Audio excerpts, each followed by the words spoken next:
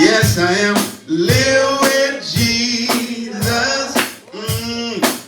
Since I laid my burden down, I'm going home. Yes, I am. Live with Jesus. Since I laid my burden down. Oh, burden down, Lord. Yes, Lord. Burden down, Lord. Since I laid my burden down. Oh, yes. Burden down. Burden down, Lord. Since I laid my burden down. Oh yeah, burden down, Lord. Yes, Lord. Burden down, Lord. Since I laid my burden down. Oh yes, burden down. Thank you, Lord. Burden down. Woo. Since I laid my burden down. Hallelujah. Bless his name. Bless his name. Come on and give God praise, everybody. Glad to be in the house of the Lord one more time. I can speak for myself. I am so excited to be back in the house of the Lord. Deacon Ray is on his way. Amen. To share with us from the word of the Lord. Amen. And amen. We are in the right place at the right time. And tell your neighbor, doing the right thing. Doing the right thing. Lifting up the name of Jesus. Amen. Bless his name. Hallelujah.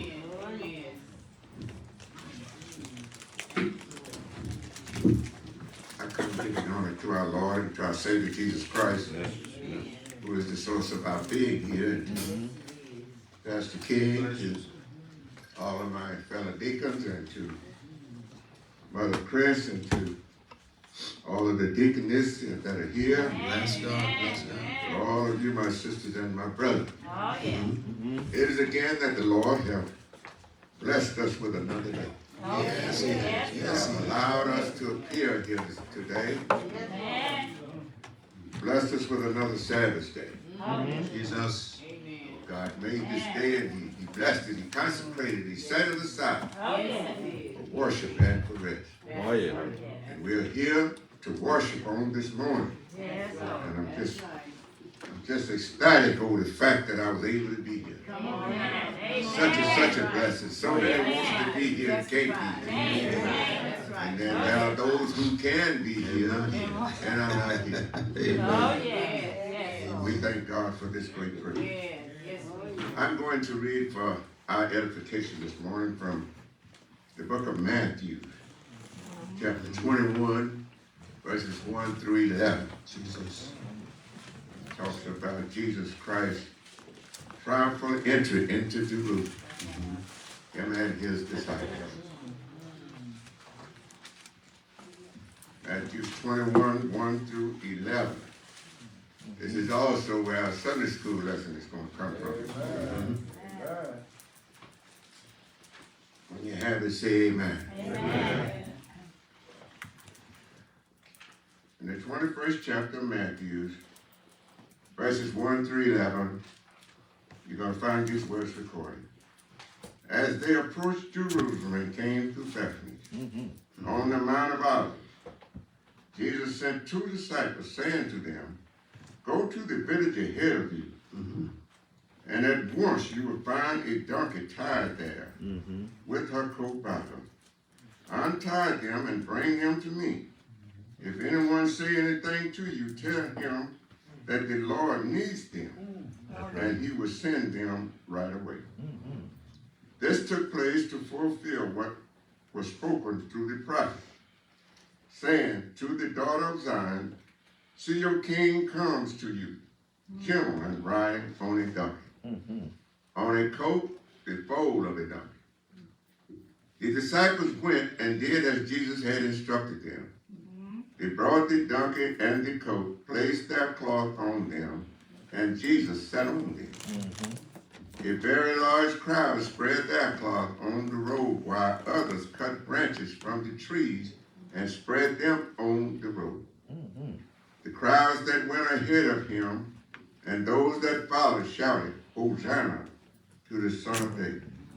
Blessed is he who comes in the name of the Lord. Hosanna in the highest. When Jesus entered Jerusalem, the whole city was stirred and asked, who is this? The crowds answered, this is Jesus the prophet from Nazareth in Galilee. I read you from the first to the 11th verses of the 21st chapter of Matthew. And this word is blessed for me. The Lord add a blessing to the reader and to the doer of his word. Sanctify the hearts of those who listen to his word. Amazing grace, how sweet the sound that saved a wretch like me. Oh,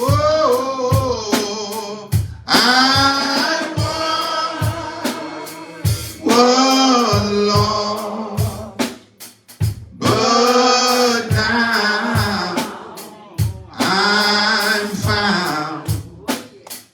Was blind, but now I see.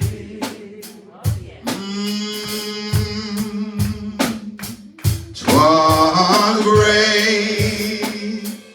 that brought my heart to fear, and grace my fear relieved.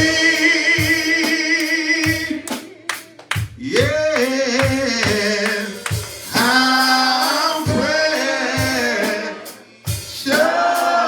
is that grace of thee.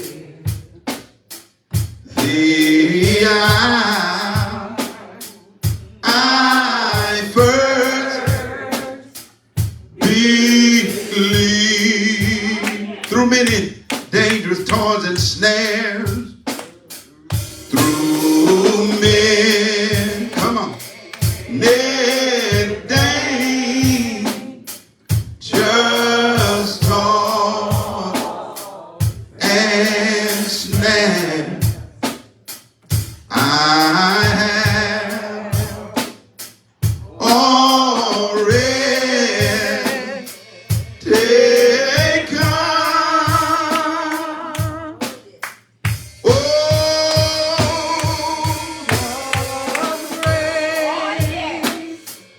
that me say thus, and grace will lead me on, and grace will lead me on. Brother Devontae, come on and pray for us, man. Praise God. Praise God. Come on, lift that hand.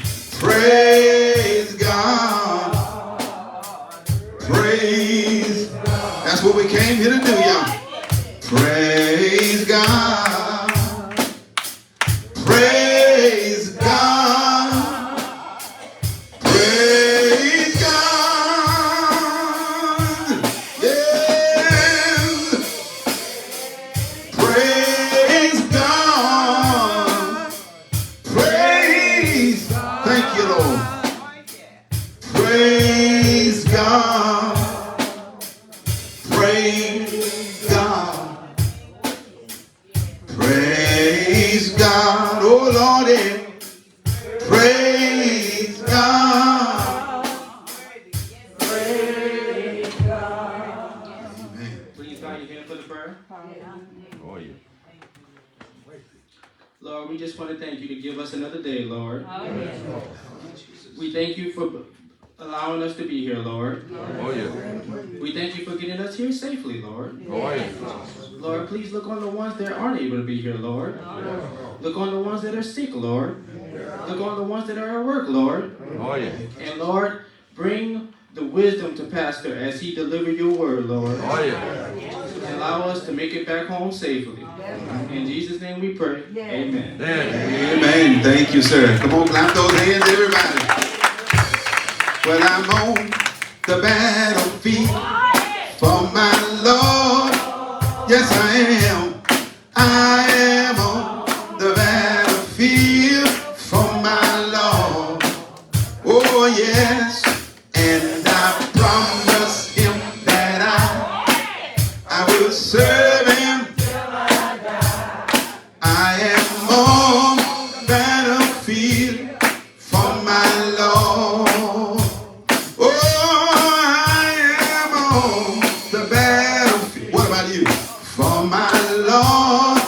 Oh, I am on the battlefield for my Lord. Oh, yes. And I promise him I will serve him, Lord, till I die. I am on the battlefield for my Lord. Oh, when I was alone and idle, and I was a sinner too, then I heard a voice from heaven saying there is a work to do. So I took my master's hand and I joined the Christian band. I am on the battlefield for my Lord. Oh, I am on the battlefield for my Lord. Oh, I am on the battlefield for my Lord. Thank you, Lord. Yeah. And I promise him that did you make him the promise? And I promise him that in the good days, I promise him that and the bad days, I promise him that when I was right or wrong, promise him that whether up or down, I promise him oh, I'll serve him till I am on battlefield for my Lord. Yeah. Are you on the battlefield? Are you on the battlefield? Yeah. Are you on the battlefield? Look at your neighbor, say, I'm on the battlefield for God. Hallelujah. Bless his name. Bless the wonderful name of God today. Bless the name of the Lord. We're grateful today to be in the house of the Lord one more time. Amen. For this is the day that the Lord has made. We shall rejoice and be glad in this day. So excited, brothers and sisters. We thank God for Deacon Ray and our scripture lesson and Brother Devante. Very, very strong, powerful prayer. Leading us to the throne of God, amen, on today, and complete leadership of the church. And we thank God for Lady King, amen. Thank God for every person in this place. It is a blessing to be found in the house of the Lord. It's a blessing just to be alive. Oh, yeah. With all that's going on in this world today. Amen. When you think about Russia and Ukraine, when you think about COVID-19, although it is better, Amen. We got to keep our guards up. That's right. Thank God for it being better. Thank God the numbers are down a little bit. Amen. But we got to be diligent. Amen. Amen. Bless the Lord. Wouldn't tell you we ain't out the woods yet. Got to keep on pressing and keep on pushing, keep on praying. Amen. Bless the Lord. Certainly thank God for Brother Frank and his commitment. Amen. To the church and also commitment to me. Brother Willie in the house. Bless you, man. It's a blessing to be here. Amen. As we are officially in the Resurrection Month. Amen. Knowing that the third Sunday is Resurrection Sunday. Of course, next Sunday being Palm Sunday. Amen. Amen. And praise the Lord. This is the greatest month of the year. Amen. It's not the month that your birthday fall in. I know. Amen. I know you think that's the greatest month. Amen. I know. But it's the month that we officially celebrate the resurrection. Because if it had not been for resurrection, you wouldn't even been born. Come on. Hey, think about it. Think about it. Jesus said, I've come that you might have life and have it more abundantly. Amen. Amen. John chapter 20. John chapter 20. The gospel of Jesus the Christ, recorded by the Apostle John. He is the writer of this book and also the pensman of 1st, 2nd, 3rd John, and also given credit, amen, the book of Revelation. All right, bless his name. John the Revelator. Yes, sir. John, that beloved disciple. Oh, yeah. Verse 1. Now we shall begin at verse 1. We're going down through verse 8, and this will be a series of sorts as we'll be looking at this. We're planning to stay here all month in this passage. You got to come every Sunday now to get it all. Got to come here. Tell your neighbor you got to come every Sunday. You got to come every Sunday. Amen. Praise the Lord. Now, chapter 20, beginning verse 1.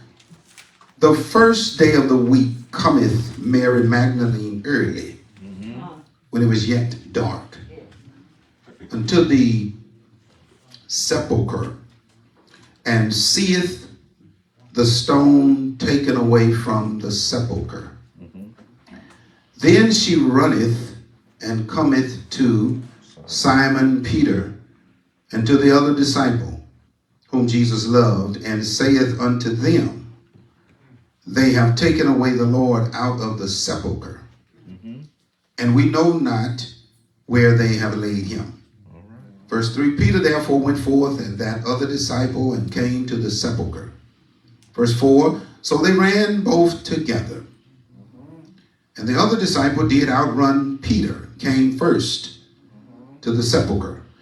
Verse 5, and he stooping down and looking in saw the linen clothes lying, yet went he not in. 6, then cometh Simon Peter following him, and went into the sepulchre, and seeth the linen clothes lie, and the napkin that was about his head, not lying with the linen clothes, but it was wrapped together in a place all by itself. Verse 8 is the final verse. Then went in also that other disciple, which came first to the sepulchre, and he saw, and he believed. Thank you so much. God bless you. Thank you for standing and honoring the word of the Lord on today. The grass does wither, the flower does in fact fade, but the word of God shall stand forever. Amen. I want to talk about today. We'll start a series. It'll be part 1 on today as we talk about from this subject. Take a look inside. take a look inside. Look at your neighbor and say, neighbor, don't just look, but look inside. The Apostle John, as we've already mentioned, has been given credit as the pensman of this particular book. This being the last recorded book of the gospel writing, which we have Matthew, Mark, Luke, and John. They are situated in the canon of Scripture by the Holy Spirit in that order. The Apostle John presents us with a narrative, and this narrative lies at the very heart of the gospel of Jesus. Right. In the setting of the text, Jesus has already been crucified. And not only that, but it has been discovered that something is not right. We can step back and watch from a distance, and we will be able to see Mary Magdalene noticing that the stone that once covered the mouth of the cave, this stone has now been removed. She don't know how it happened. All she knows is the last time she looked, the mouth of the cave was covered with this stone. So here it is. After this initial look by Mary Magdalene, she runs back to the house where the guys are. She goes back and she informs Peter. And as the writer John says, she also informs that disciple whom Jesus loved. Let us pause just for a moment in a parenthetical way, if you don't mind, and suggest the fact, brothers and sisters, that John, being the writer, is actually referring to himself. John is that other disciple whom Jesus loved. Can I tell you something? Jesus loved John. Now, it's not, don't get it twisted. It's not, Brother Amir, it's not that he did not love the other 11, but the Holy Spirit makes mention in this text as well in other places that Jesus loved this disciple. Are y'all with me? How could Jesus not love John? How could he not love John? John was the only one who had gone all the way to Calvary with him. Come on, talk to me. John was the only one who had gone the entire distance. John was the only one who did not run and hide, come on here, from the Roman soldiers after Jesus had been taken captive, after Jesus had been arrested, after Jesus had been taken into custody, and after Jesus had been led through the crooked court system. John was the only one.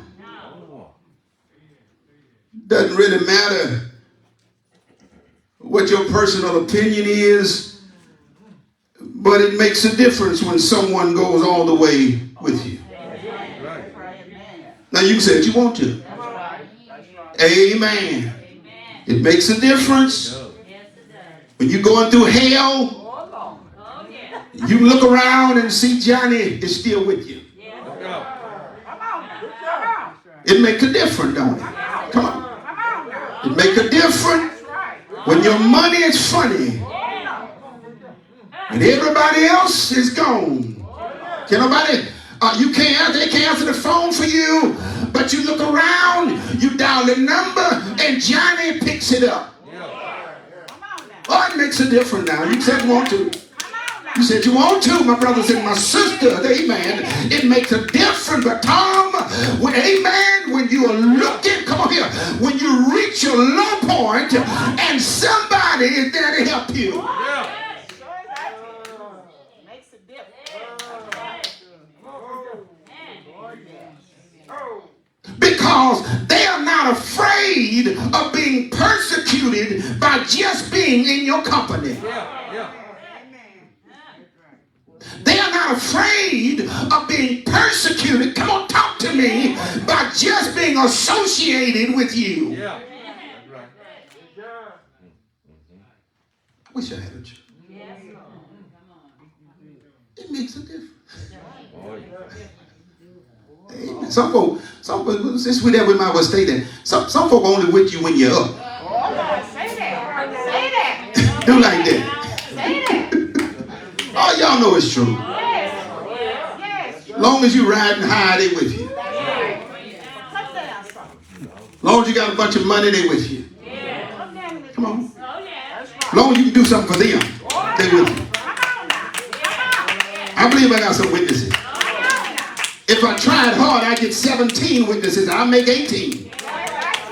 Come on, that would testify to the fact that some folk are only with you when you're on the top. Don't miss me right through here. Amen. Some folk will not be there, come on here, amen, when you really need them. Now, you can't say this about Peter because Peter had gone and hid himself. I'm in the Bible. Peter was peeping around the corner after Jesus had been captured. Peter did not want to be associated with him. Peter did not want them to think that he was with Jesus. But he was nosy enough. Some folks tell you that some folks just nosy. They don't care about where you're going, they just nosy. Y'all missing me. Peter was nosy. Yeah, he was. That's validated in the text. Amen. You read your Bible, you discover that Peter followed from a distance. And when they finally spotted him, come on here, they said, man, stop peeping around that corner. You was with him too. Peter said, no, you got it wrong. It wasn't me. It was my twin. I got a lookalike out there. It wasn't, come on, it wasn't me. Amen. He did not want to be associated, come on here, after he had followed Jesus from a distance.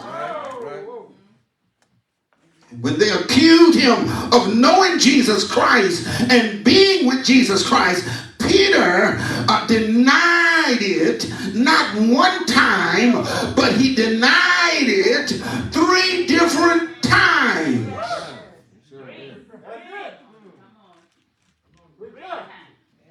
So you can't say the same thing about Peter that you say about John. They just 2 different fellows. Amen. It's not that John was perfect. John had faults too. Come on. But they just they just 2 different fellows. Amen. Mary Magdalene takes this initial look. But without taking a look inside, she begins to panic. Run back to the house. She goes directly to Peter, who, by the way, the Holy Spirit singles out Peter in this text.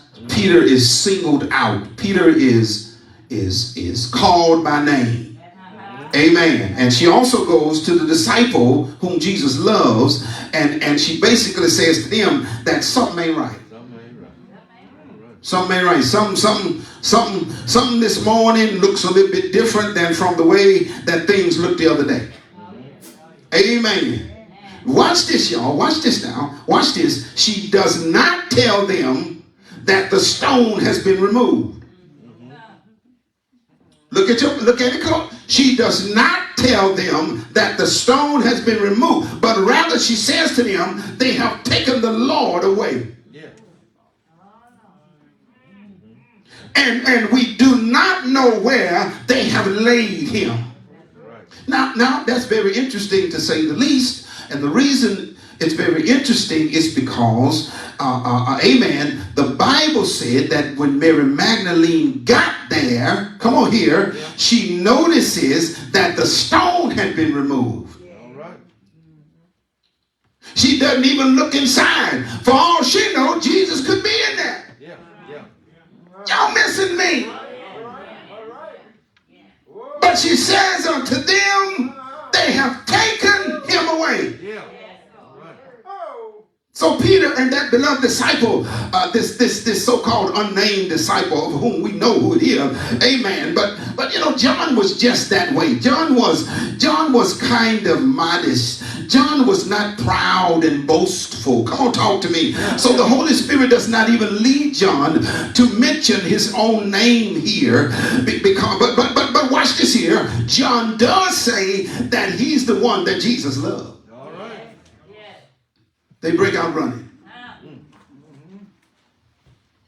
to see for themselves what all the fuss is about. Mary Magdalene has caused this stir in them, and they have to check it out for themselves. They're not just gonna sit by and take her word for it. You know, they really can't believe it themselves. Now I gotta pause again, if you don't mind, and tell you that Jesus told them this was gonna happen. Come on. How is it that we miss so much that the Lord says unto us? The reason is because we are not receiving it in a spiritual way, but we're receiving it in a natural way. Jesus made it very clear unto them that, amen, that the Son of Man would be betrayed. Come on. And that he would rise again. He made it very clear unto them. But here it is. They are running to the cave. They're running, amen, to see what all the fuss is about. They are running, come on here, to check it out for themselves. And the Bible said that John outruns Peter.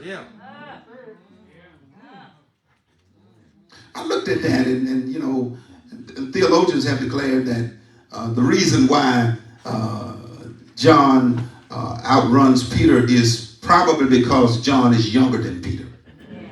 Now, we don't know that to be true. But the Bible said John outruns Peter. Peter probably got a little winded, you know, halfway to the cave. And John outruns him, and he arrives first at the tomb. The Bible said that he stoops down. This is John. John stooped down. Amen. He looks inside and he sees the linen clothes lying there. Watch this, y'all. He looks inside, but he chooses not to go inside. There are some folk who are willing to look in, but for some reason or another, they have chosen not to go in. There are some people, brothers and sisters, that enjoy watching you from a distance. They like what they see in you. They like how God is using you. They can see that God is using you. They can notice the anointing on your life, but they are not willing to do what you're doing to get what you got. Come on, talk to me. They are not willing to make the sacrifice that you have made in order to be used by God. They enjoy watching from a distance. They are comfortable watching you, but they are not willing to make the sacrifice that you made in order to have what you have, and neither to experience the God that they see in you.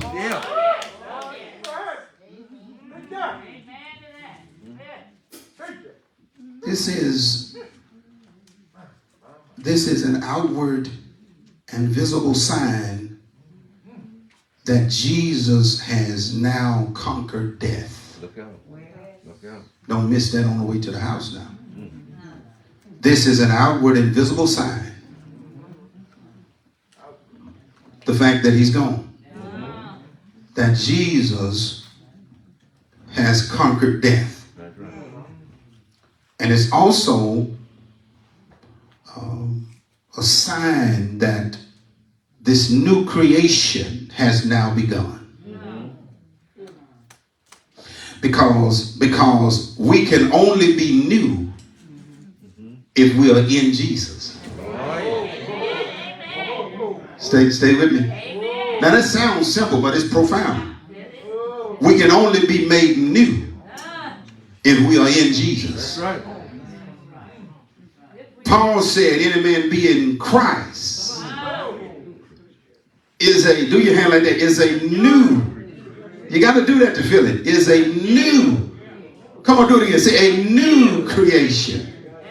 Old things are past and now everything has become new. So it is also a sign, an outward and visible sign also, not only that Jesus had conquered death, but also that this new creation has now begun. And we are, as we're watching from the distance, remember we're watching from the distance, and we are witnesses to the moment when Mary Magdalene meets her Savior. Bible says her grief turns to joy, and she brings to us the good news that has been proclaimed throughout all the ages. And that good news is that I have seen the Lord.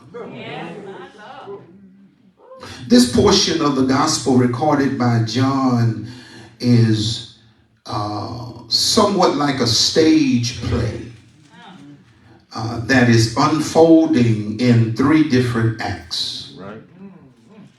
You know, if you've ever been to a stage play, if you've ever watching, I think Tyler Perry used to do those a lot, those stage plays, and there are different scenes, you know, that are included in the stage play, and after each scene, the curtain will come down. Oh, yeah. And then the curtain will rise to give way to the next scene. So this portion, y'all, you got to see it. This portion of the gospel recorded by John is just like a stage play that is unfolding right before our eyes, and it's unfolding in 3 different acts. Number 1, a story about people searching. Right. Okay. That's number 1, a story about people searching. And number 2, a story about sadness and fear. Y'all with me? And thirdly, a story that takes us full circle back to the opening of the gospel account. The scene opens as a solitary figure walks through the darkness. Mary Magdalene has broken her fear in order to tend to the body of Jesus.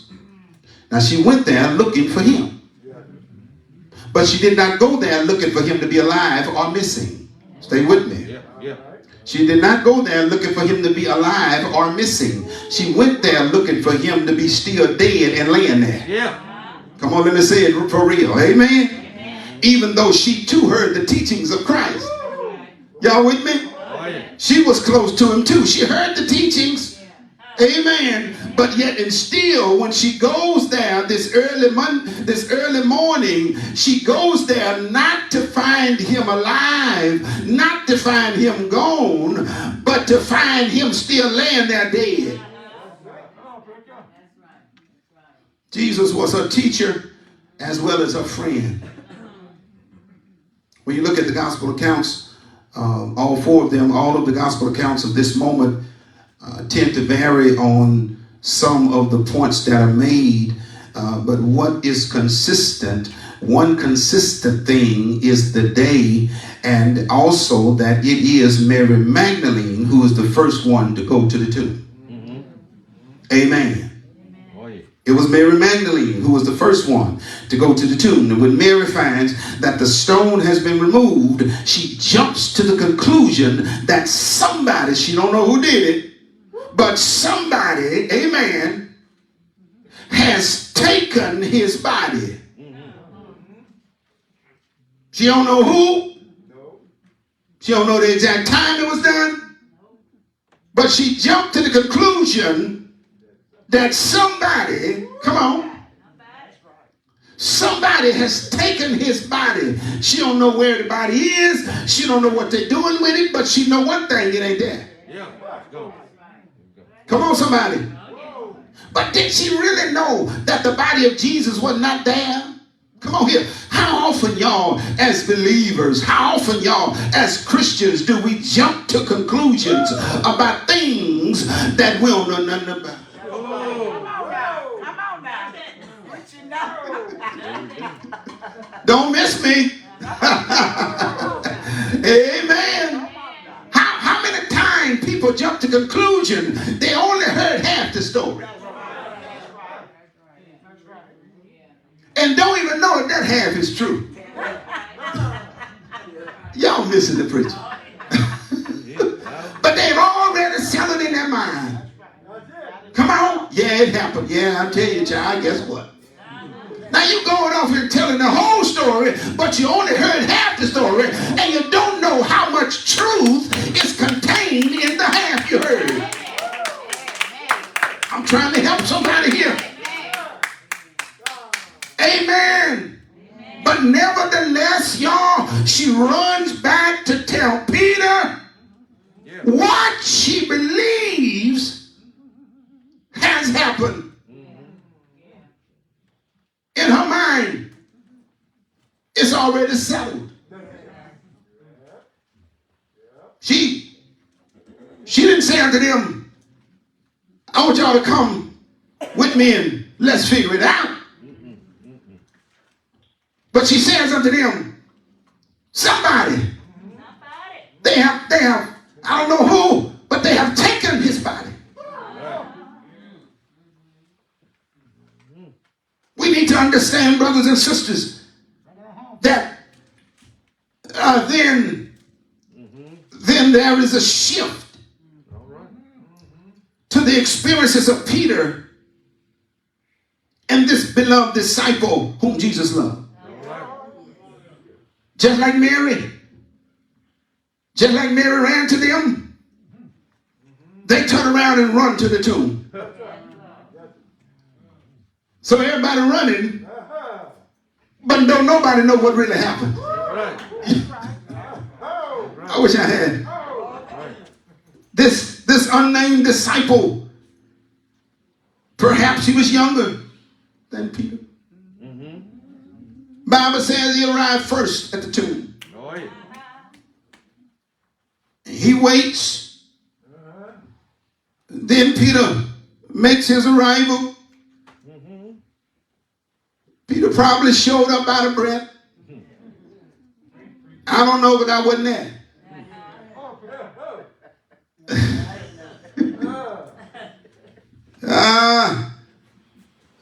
He allowed Peter. John was just that way. All right. Now don't miss that. John could have stepped ahead of Peter, but John waited. Yeah, don't miss that. John, the Bible said, he waits, then Peter makes his arrival. And he allowed Peter to be the first one. Good God. You helping me pray deep? To enter into the tomb. All right.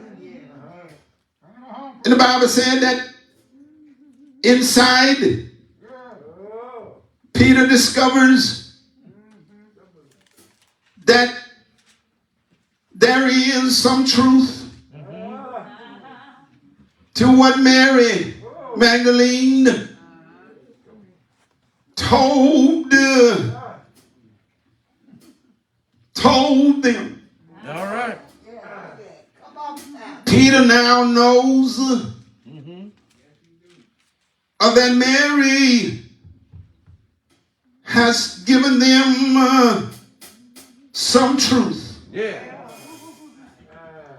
How much of it is truth? At this point, they do not know. Yeah. But they discovered that the tomb is indeed empty. Do I have a witness? And just like Lazarus, who had been dead for 4 days, they, I'm sure, thought about that day when Jesus showed up and called Lazarus by name. And the Bible said that Lazarus, he took off his grave clothes and he walked out. Lord have mercy. Yes, so that I'm closing. Lord help me. Yes, you and I can see that the details as they unfold, they are very intriguing. One of the most beautiful stories in the whole Bible. Yes, and I need to tell y'all, you don't mind. We talk about Daniel and the lion den, and that's a good story. We talk about Shadrach, Meshach, and Abednego, and that's a good story. We talk about so many things in the canon of Scripture, Lord, but I want to tell you, may I suggest to you that this right here is one of the best stories in, good God, the whole Bible. Yes, do I have a witness in the Bible? Yes, Lord. The Bible teaches us that we cannot afford to jump to conclusions. We cannot afford to draw our own conclusion to what we think happened. Come on here. We need, now you gotta clap your hand. You gotta tip your hat to Peter and John, because yes, they didn't look at Mary and say, girl, you don't know what you're talking about. Y'all listen to me. They could have looked at her and said, you need to go on somewhere with that. But the Bible said that they ran to the tomb, and Peter went in, saw that Jesus was gone. You're going to come back next Sunday now. Yeah, then John, who had been so patient, then John, who had been so humble, then John, that beloved disciple, then John went in so he could see it too. Yeah, I got to leave you this morning, but I want y'all to know you need to take a look inside for yourself. Take a look. Take a look. Take a look. Yeah, take a look. Take one look.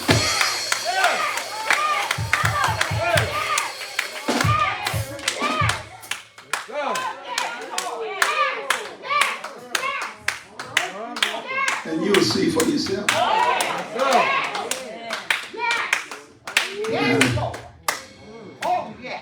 Gotta experience him for yourself. Gotta do it for yourself.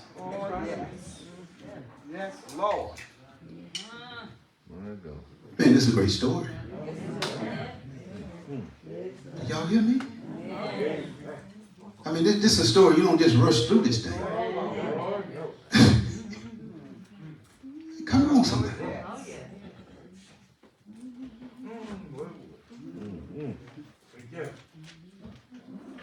There is room at the cross for you.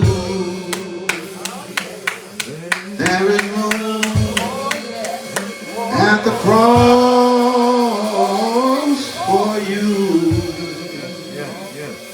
Although millions they have come, still that room for one. There is room at the cross for you. Hallelujah. We open the door of the church now. We extend Jesus the Christ. There may be one that want to make Jesus that choice. You've never been baptized of the water and of the Spirit. All you got to do is believe that he died and rose the third day and he's coming again. If you believe that sincerely in your heart, that means you're saved. That means you, amen. Come on. Now you're ready for baptism. You got to believe first. Are you ready for, amen. And then there may be one who's already saved and on their way to heaven but want to make this church their choice, want to make this church their church. Amen. Why don't you come? And thirdly, maybe someone who have kind of, you know, how we do sometimes. We kind of slip away from God a little bit. We don't mean for it to happen. You know, we love the Lord and all that. We're already saved and been baptized, but we kind of slip away in our prayer life and in our attendance on Sundays and, you know, Bible studies and all that. And our relationship with the Lord is not what it used to be. Why don't you come? Rededicate your life to the Lord and to the church on today. Amen. This moment was designed just for you. Praise the name of the Lord. We thank God for you. Amen. All right. Well, bless God. Bless God. All right. Come on, y'all. Clap your hand. Amen. Give God praise. As we know, this is our Holy Communion Sunday. And if you do not have your communion, raise your hand. All right, Lady King, Sister Barb. All right, any others, raise your hand. All right, thank you. Thank you so much. Any others, raise your hand. All right. We're now preparing to partake of the body and the blood of Jesus the Christ.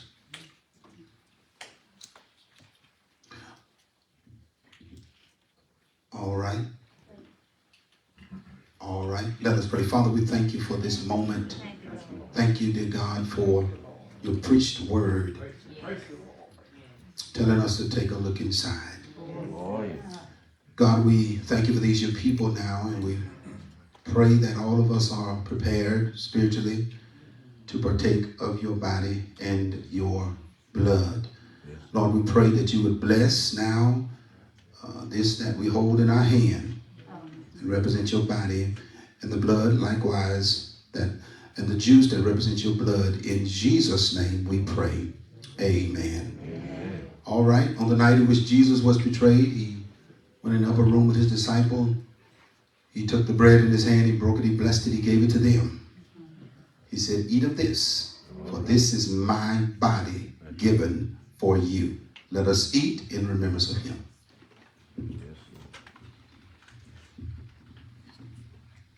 After which he took the cup in his hand, gave thanks to God for it, blessed it, gave it to them. He said, drink of this cup. This is the cup of the New Testament, which is given for all of mankind, in generations now, generations to come. In Jesus' name, let us drink in his name.